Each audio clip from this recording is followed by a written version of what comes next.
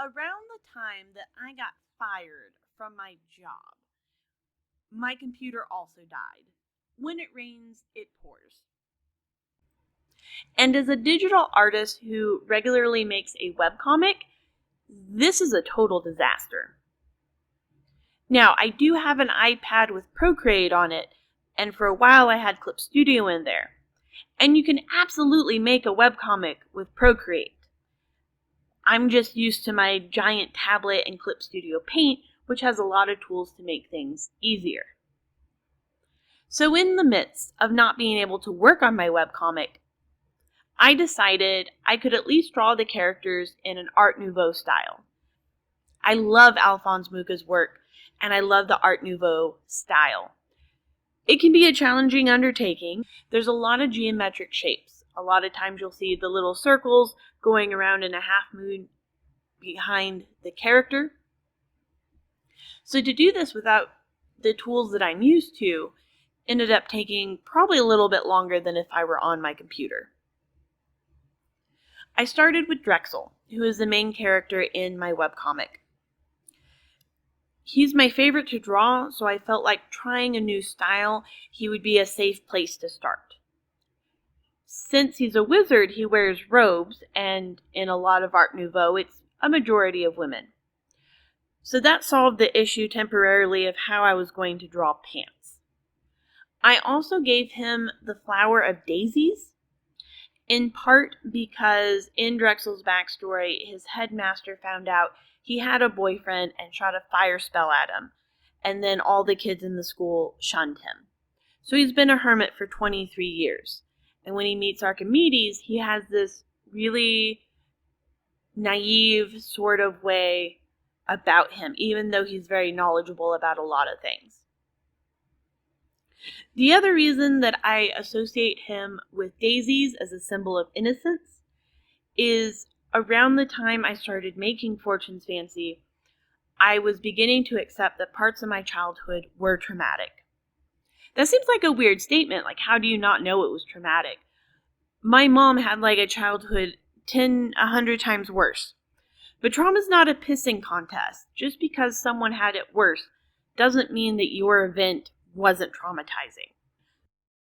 I wish I would have spent more time on the background. I think Art Nouveau has these really complex backgrounds, and I don't feel like I quite captured it.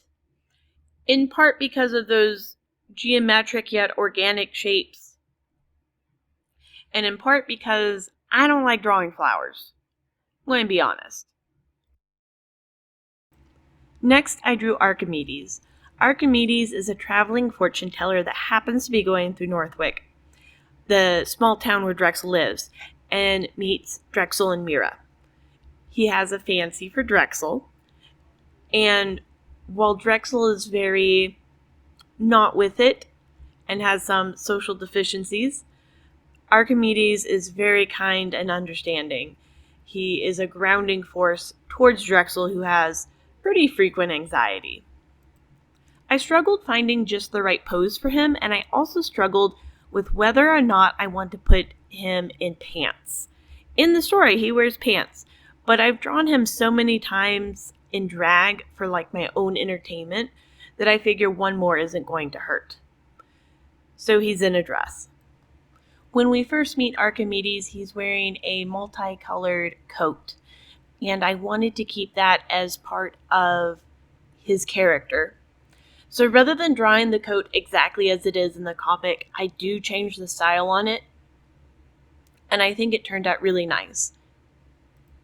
In both the first pose that I try and this one, I wanted his coat to kind of be coming off of his shoulders to imply a sense of movement, as well as him attempting to be somewhat alluring. Because I don't have access to the swatches I used for Fortune's Fancy, because at this time my computer was down, most of the colors I tried to get close to what they are in the comic, but I also wanted a more muted color palette overall. The pose I do land on, which is this one, was inspired by Mucha's dance, and then his hair was inspired by the Job cigarette poster. Then last but not least is Mira, who is Drexel's apprentice. Similar to Archimedes, I did struggle finding the exact pose I wanted her to be in. I finally decided on this reclining pose, which kind of is the opposite to Drexel, where he's sitting very tall and holding his book very high. She has a more relaxed posture and demeanor while looking at her book. In a lot of ways, she is the juxtaposition to Drexel, where he is very shy and overall sad. Mira is usually happy. She uses a lot of sarcasm, which goes over Drexel's head, and she can be very quick-witted. She has a backstory, but I haven't revealed all of it. Archimedes says that her and Drexel are different songs in the same key, and Drexel pointed out that sometimes she has a sad look, as if she doesn't deserve his kindness. For her, I chose the sunflower, partly because she's wearing a yellow dress when we first meet her, and also it's a symbol of happiness, and Mira comes off as a very happy-go-lucky person most of the time. A fun fact is that Mira imagines Drexel in his goatee, no matter what age he is referring to himself as. So he would, in her mind, could be a baby and would still have his goatee. Anyway, I hope you enjoyed this video. It was a lot of fun to make these, and I'm glad I had the recording process from my iPad. Maybe I'll try it again sometime soon. If you like this video, be sure to hit that like button, and see you next time.